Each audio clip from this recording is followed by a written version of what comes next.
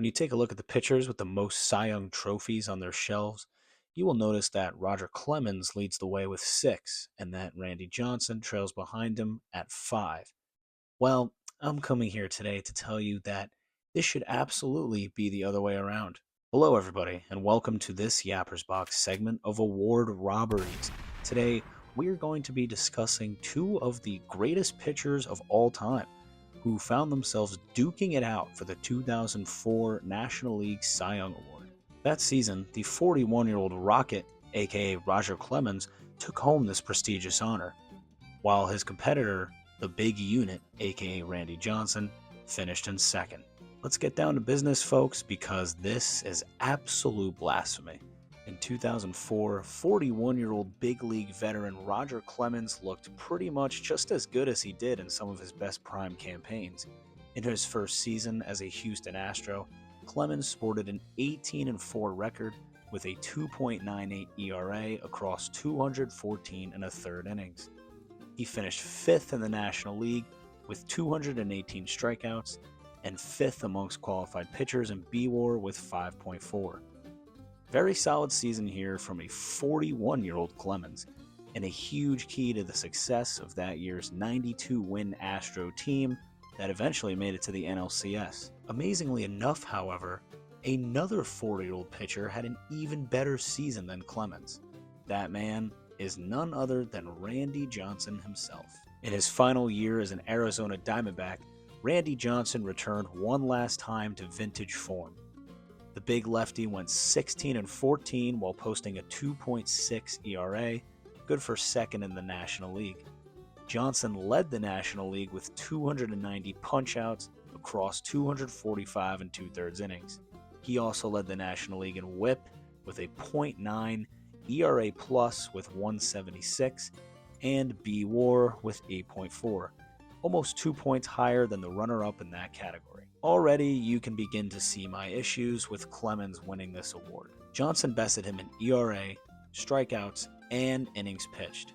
3 crucial statistics that traditionally come into play when it comes down to Cy Young voting. Now, the largest flaw in the case for Randy Johnson is that he was handed the loss in 14 of his 35 games started. Clemens was only the losing pitcher in 4 of his starts. At first, that large of a difference is certainly eye-opening. However, I find this case quite easy to debunk. We already know how win-loss records for pitchers competing for awards have mattered less and less in recent years. Just take a look at some of Jacob deGrom's years with the Mets, being the most notable example in that he was far and away the best pitcher in the league. He just so happened to rarely have his team provide enough offense for him to win most of his games. DeGrom's dominance certainly began to open baseball fans' minds to this argument, and I believe that it absolutely applies to Randy Johnson in 2004. That season, the Arizona Diamondbacks lost an astounding 111 games. Since the modern era began, only 11 teams have ever lost more games. I think the baseball writers didn't really keep in mind that Randy Johnson quite literally pitched for one of the worst teams in Major League Baseball history. Probably 99% of the reason why he lost 14 games. The Diamondbacks went 16-19 in games that Johnson started, and in the ones that he didn't pitch in, they went 35-92. Just take a look at this large sample size of some of Johnson's losses that season. The number all the way to the right is earned runs in those starts. Johnson only gave up 5 runs once, and only gave up 4 runs twice.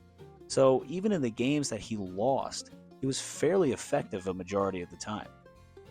And as for Clemens, his team won 92 games and went to the postseason in 2004, more than likely giving him a much higher chance at evading losses. Now, the cherry on top of my argument here is that Randy Johnson threw a perfect game in 2004, arguably the hardest feat to accomplish in all of sports. Now, I know we have seen many unlikely names toss perfect games throughout MLB history, and in no way, shape, or form did that give them any edge in Cy Young voting. But the fact that the Big Unit topped Clemens and the rest of his competitors in many of the important pitching categories, as well as being the one to toss a perfect game in that time, certainly gives him the edge in my eyes. Among pitchers with at least 200 innings logged that year, Johnson was the leader in ERA, quality starts, strikeouts, K per 9 ratio, K to walk percentage, whip, and fielding independent pitching.